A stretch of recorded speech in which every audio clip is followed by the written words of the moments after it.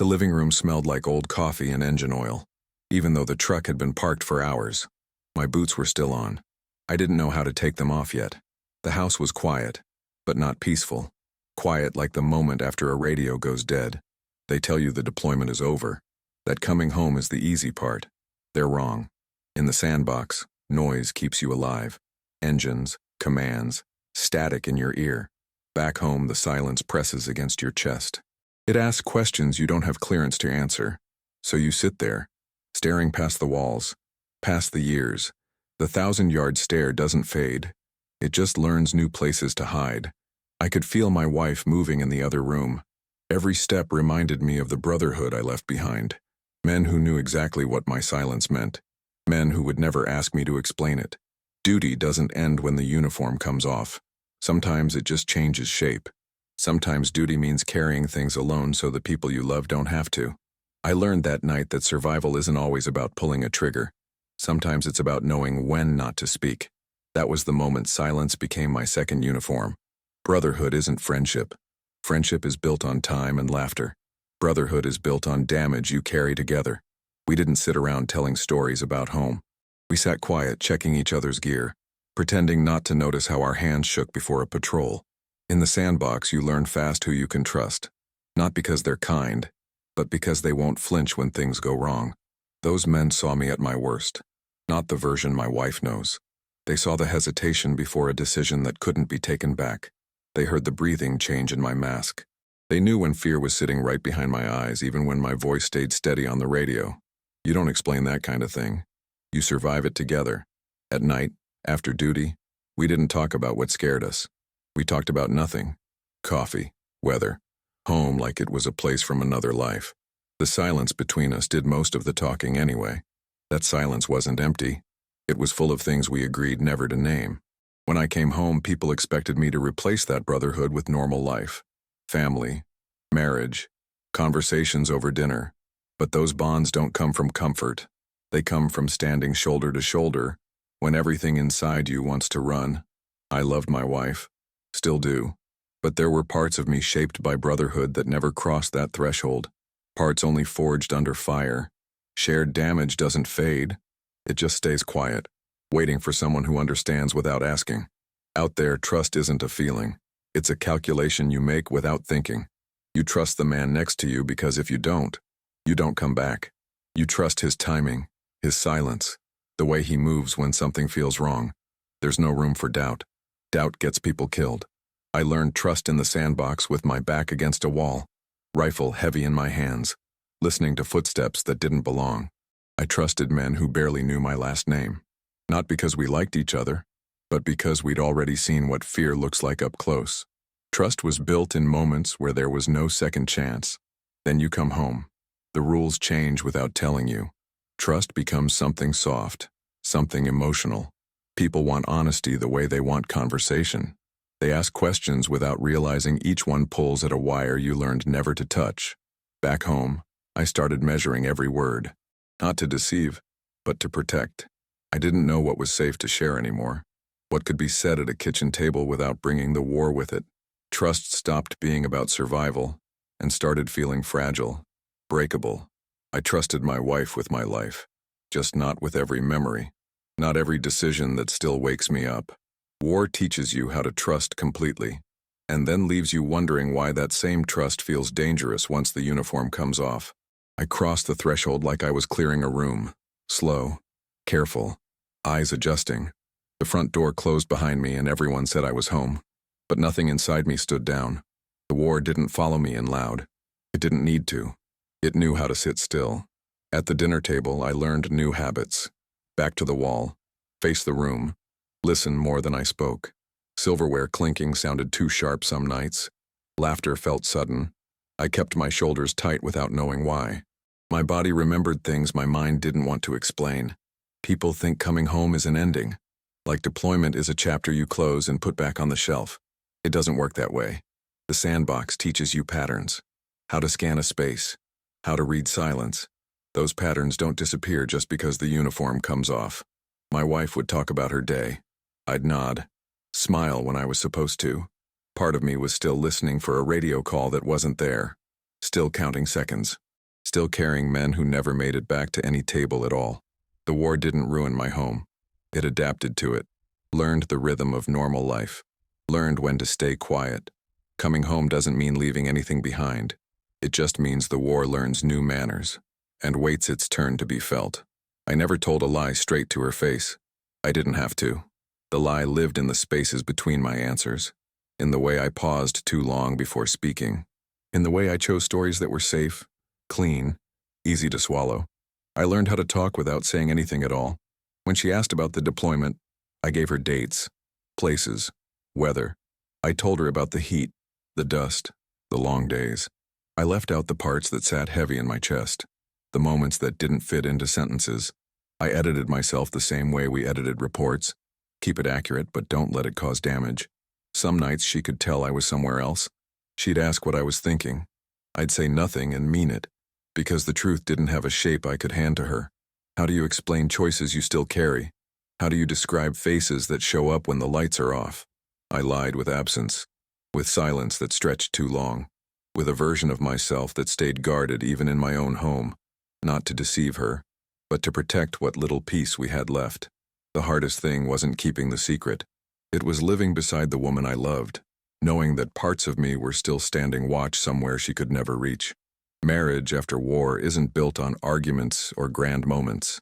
It's built on negotiations you never admit are happening. She married the man who walked through the door, the one who smiled, the one who held a job, the one who slept beside her. She didn't marry the man who stayed behind in the sandbox, because that man never really came home. I carried both of them, the husband she knew and the soldier who still stood watch in my head. Neither one knew how to explain himself. One wanted normal life. The other didn't trust it. One believed in routines and plans. The other measured days by risk and silence. At night, when the house settled, the ghosts showed up. Not dramatic, not loud, just small reminders. A sound outside, a light left on, a thought that wouldn't let go. I'd lie there listening to my wife breathe, feeling like a stranger in my own bed, close to her, but still guarded. Marriage asks for openness. War teaches restraint. Somewhere between those two lessons, we learned how to live carefully together. She learned not to push too hard. I learned how to soften my edges without losing myself completely. We never named the ghosts. We just learned how to move around them. Love didn't erase what I carried, but it gave me a reason to keep negotiating with the parts of myself that never stopped standing at attention. People think survival is something you earn overseas. Like once you make it back, the bill is settled. It isn't. Combat was just the down payment. The real cost showed up later. Quiet, patient, every single day. It came in the hours of sleep that never felt deep enough, in waking up already tired, in staring at the ceiling at 3 a.m, listening to a house that felt too still. My body stayed alert long after the danger was gone. Standing down never really happened. The price showed up in moments I missed without realizing it. Birthdays where I was present but somewhere else. Conversations I heard but didn't absorb. Laughter that reached me a second too late. Civilian life moves fast in ways war never does, and I was always a step behind. I learned to bury emotions because they didn't fit. Anger had no place at the dinner table. Fear didn't belong at work. Guilt didn't translate into normal conversation. So I packed those feelings away the same way I packed my gear. Tight, organized, out of sight. Survival isn't heroic once the uniform comes off. It's repetitive, heavy, unnoticed. You keep going because that's what duty taught you to do. Not because it feels good, but because stopping was never an option. The war didn't take my life. It took pieces of time instead, and I'm still paying for every one of them. We didn't protect our brothers because we were brave. We did it because they were witnesses. Those men saw me crack under pressure. They saw my hands shake before I forced them steady. They heard fear in my breathing before I learned how to hide it. Once someone sees you like that, they own a piece of you. Out there, protecting your brother meant protecting the only version of yourself that was honest. No performance, no explanations, just survival stripped down to instinct. If he went down, it wasn't just a body you lost. It was the proof that you had been real, that your fear had meaning, that your restraint had purpose. I'd step into danger faster for them than I ever would for myself. Not out of heroics, but because losing them felt like losing the part of me that still made sense. They knew the choices I made in seconds that still echo decades later. Choices my family never saw. Choices that don't translate back home. When the shooting stopped, that instinct didn't disappear. Even now, I'd answer a call from one of them before I answered my own thoughts. Because they don't ask questions. They don't need explanations. They already know what it cost. Protecting them was never about saving lives alone. It was about guarding the shared truth of who we were when everything else fell away. That bond doesn't fade with time. It just goes quiet, waiting for the next moment it's needed. 50 years sounds like a long time. Long enough for memories to fade. Long enough for the edges to soften. That's what people think. The truth doesn't work like that. Time doesn't erase it. It teaches you how to live around it. Like an old injury you don't talk about, but never forget. I carried that truth through jobs, moves, holidays, and quiet nights. It sat with me in waiting rooms and at family tables. It learned my routines. It knew when I was alone. Some mornings it felt lighter. Other days it had weight again, like it was reminding me it never left. I didn't rehearse it. I didn't relive it on purpose. It just showed up when the world slowed down, when there was nothing left to distract me. That's when secrets do their best work. Not screaming, not demanding, just existing. People ask how you hold something like that for half a century. You don't hold it. You build your life around it. You learn where not to step, which thoughts to avoid late at night, which stories to tell, and which ones stay buried. Some secrets don't rot. They don't decay into something weaker. They harden. They become part of your structure. Quiet, solid, unspoken. And after 50 years, it's no longer about hiding the truth. It's about realizing it helped shape the man who survived carrying it this long. If words still worked the way they used to, I wouldn't start with an apology. I said sorry enough times in my life without ever touching the real weight of it. I wouldn't confess either. Confessions are for easing the one who speaks. This wouldn't be about that. I'd tell her I loved her the only way I knew how after the war. Carefully. I'd tell her that silence wasn't distance. It was restraint. It was the last line of defense between what I carried and the life we were trying to build. Some things stayed unspoken not because they lacked meaning, but because they had too much. I'd tell her that every quiet moment at the table, every pause before sleep, every time I stared a little too long out the window, none of it meant I was gone. It meant I was still standing, still holding the line in a different way, still doing my duty, just without a uniform. Love doesn't always sound like honesty. Sometimes it sounds like restraint, like choosing not to unload what can't be put back once it's spoken. Survival teaches you that words can wound just as deep as silence can protect. If words still worked, I'd tell her this, that love and silence can live in the same room, that they did, for decades, and that surviving wasn't about being fearless. It was about knowing what to carry alone, so the person beside you could rest. Some battles don't end when the uniform comes off. They just change terrain. They move inside. They learn your routines.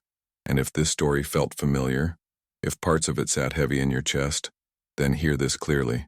You are not weak. You are not broken. And you are not alone in this battle. There are men and women who carried their duty home the same way you did. Quietly, carefully, holding the line long after the noise stopped. What you feel has a name, and it has brothers and sisters who understand it without asking you to explain. Honor doesn't always look like medals or parades. Sometimes it looks like surviving another night, like choosing restraint over rage, like staying present when everything inside you wants to withdraw. That matters. That counts. If you respect the men and women who carried that weight, if you respect those who are still fighting battles no one sees, type "thank you" or "respect" in the comments, not for attention, for acknowledgement. And if you want to honor the next story, the next voice that hasn't been heard yet, subscribe and stand with us. We remember, we respect, and we don't leave our own behind.